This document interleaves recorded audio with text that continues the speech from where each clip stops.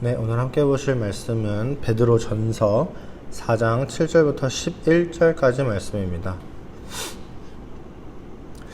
만물의 마지막이 가까이 왔으니 그러므로 너희는 정신을 차리고 근신하여 기도하라.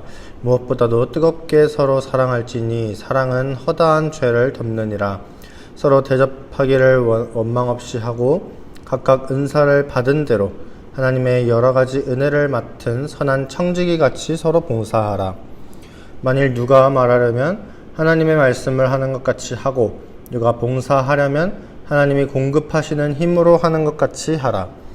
이는 범사의 예수 그리스도로 말미암아 하나님이 영광을 받으시게 하려 함이니 그에게 영광과 권능이 세세에 무궁하도록 있느니라. 아멘. 이 베드로 전서를 보면 이제 1장 1절을 보면요, 베드로서의 이 수신자, 그러니까 베드로서를 받는 이 사람들이 흩어진 나그네라는 거를 알 수가 있어요. 근데 이제 나그네는 자기의 고정된 거처가 없죠. 그래서 여기저기 얹혀서 지내는 게 이제 나그네입니다. 근데 이 흩어진 나그네에는 이제 본도, 갈라디아, 갑바도기아, 아시아, 비두니아 이 5가지 지역에 흩어진 그리스도인들을 말하는 거예요. 그러니까 지금의 이제 터키, 튀르키예 지역이 이제 여기 지금 나온 5가지 지역입니다. 성경에서는 이 5가지 지역을 소아시아 지역이라고 해요. 근데 이 사람들이 믿지 않는 사람들로부터 박해를 많이 받았어요. 문화와 종교심이 다르니까 비방도 많이 받고 착취도 당하고 차별도 당했습니다. 이런 점들이 이제 오늘 이 시대에도 그대로 나타나요. 이제 우리는 천국을 나의 집으로 삼는 나그네죠, 어떻게 보면은. 그런데 그렇지 않은, 교회를 다니지 않거나 믿음이 없는 사람들은 그 당시에 이 소아시아 지역에 있는 이 그리스도인들을 박해했던 문화와 종교와 그런 이해관계가 맞지 않다는 이유로 굉장히 좀 홀대했던 그런 사람들이 이제 오늘날 믿지 않는 사람들이 되겠죠. 그래서 우리도 보면은 우리한테 직접적인 피해와 그런 거는 없을 수 있어요. 그런데 이 시대가 시대적으로, 문화적으로 기독교를 거부하고 그리스도인들을 별로 그렇게 좋아하지 않는 그런 시대죠. 이제 그런 나그네 같은 그리스도인들한테 오늘 베드로가 3가지를 얘기해요. 첫 번째는 기도, 두 번째는 사랑, 세 번째 봉사입니다. 7절을 보면은 마지막이 가까이 왔으니 기도하라고 우리한테 얘기하죠. 이 마지막은 종말을 의미해요. 이 종말은 예수님의 재림의 때인데 예수님이 승천하신 그 이후의 모든 순간들이 종말의 순간입니다. 왜냐하면 종말은 곧 재림의 때이기 때문이에요. 승천하신 다음에 다시 오는 것이 곧 재림이기 때문에 승천하신 이후의 모든 순간에 언제든지 예수님은 다시 올 수 있고, 그러면 그 모든 순간이 곧 재림의 때, 종말의 때라는 얘기입니다. 그래서 우리의 삶을 종말을 향해 나아가는 종말론적인 삶이라고 말하기도 해요. 이런 시대 속에서 이제 베드로는 우리의 신앙과 삶이 버겁더라도 다시 오실 예수님을 생각하면서 거기에 소망을 둬라 라고 얘기하는 겁니다. 그러면서 기도하라는 거죠.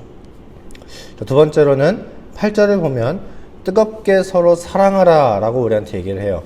이 뜨겁게라는 말은 열심히, 전심으로 라는 의미인데, 그러니까 서로 열심을 다해서 진심으로 사랑하라라는 얘기입니다. 왜 그래야 하느냐 라고 했을 때 사랑만이 허다한 죄를 덮기 때문입니다. 이런 사랑을 우리에게 보여주신 분이 바로 예수님이에요. 우리를 사랑하기 때문에 그 구원 계획 속에서 자기를 죽이기까지 하신 그런 사랑이 예수님의 사랑이죠. 요한복음 13장 1절을 보면 자기 사람들을 끝까지 사랑하셨다라고 얘기합니다. 그런데 우리는 우리의 힘으로 이런 사랑을 사실 못해요. 근데 가능해진 방법이 있는데, 완전한 사랑을 이루신 예수님을 믿는 그 믿음 안에서 가능해진다라는 얘기예요. 왜 가능해지냐면 성령님이 계시기 때문입니다. 이 성령님은 그리스도의 영으로 불리기도 하는데 내가 그리스도를 믿을 때 성령 하나님이 내 안에 내주하시잖아요. 내 안에 거하시잖아요. 그러면 다르게 말하면 그리스도의 영이 내 안에 거하신다라고 말할 수도 있겠죠. 그런데 그리스도가 이루신 그 완전한 사랑, 내 힘으로는 할 수 없지만 그리스도의 영이 내 안에 임함으로 내가 그리스도가 이루신 그 사랑을 이룰 수 있게 된다는 얘기예요. 즉 성령을 통해서 내가 예수님의 사랑을 이룰 수 있다라는 얘기입니다.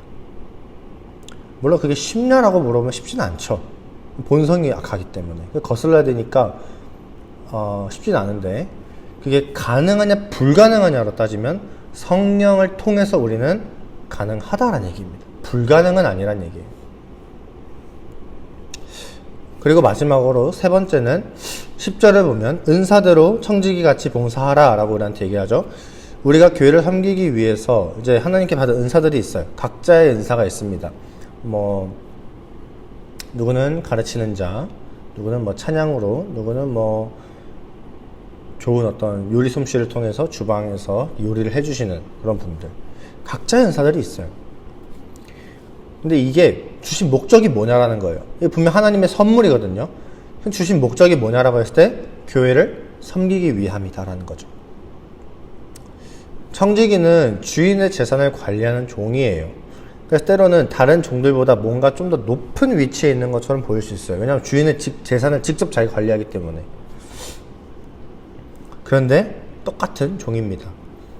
그럼 우리는 이 청지기가 주인의 재산을 잘 관리해야 한다는 그 목적을 가지고 그 일을 하는 것처럼 하나님의 집인 그 교회를 위해서 우리에게 주신 그 은사를 그 목적에 맞게, 교회를 위함이다 라는 목적에 맞게 잘 활용해야 하는 거죠. 여기서 주의해야 할 게 있는데, 하나님이 공급하시는 힘으로 하는 것 같이 하라라고 되어 있어요. 11절을 보면. 근데 이 말은 하나님이 공급하시는 힘으로부터 하라는 말이에요. 하나님이 공급하시는 힘으로 하는 것 같이 뭔가 척하는 얘기가 아니라 하나님이 공급하시는 힘으로부터 하라라는 의미입니다.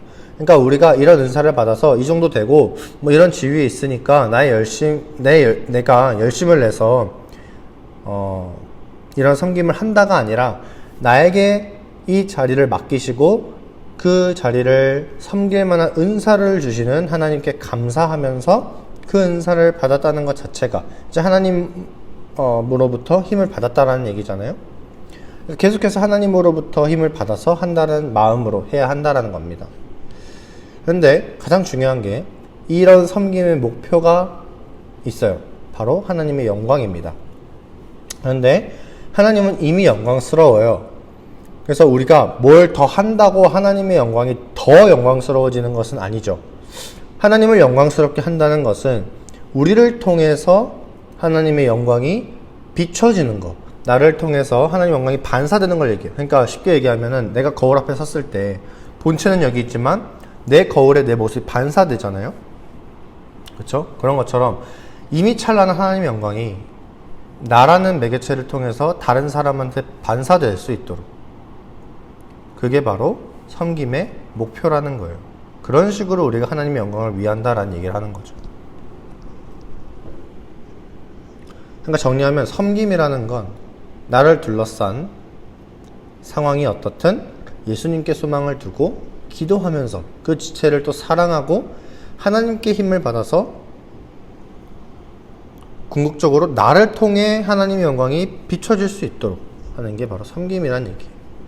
그래서 이 말씀을 기억하시고 이제 우리 교회에 많은 섬김의 자리들이 있잖아요. 찬양의 사역이든 아니면 아마 크게는 식당 봉사가 있을 것 같고요. 또 청소 이런 게 있을 수 있을 것 같은데, 그런 섬김의 자리에 계실 때 이런 하나님의 영광을 위한다라는 마음으로 하시는 여러분들이 되었으면 좋겠습니다.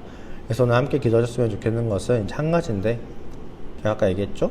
하나님의 영광을 위해서 섬김을 할 수 있도록 이 기도 제목 가지고 함께 기도하도록 하겠습니다. 사랑이 많으신 하나님 아버지,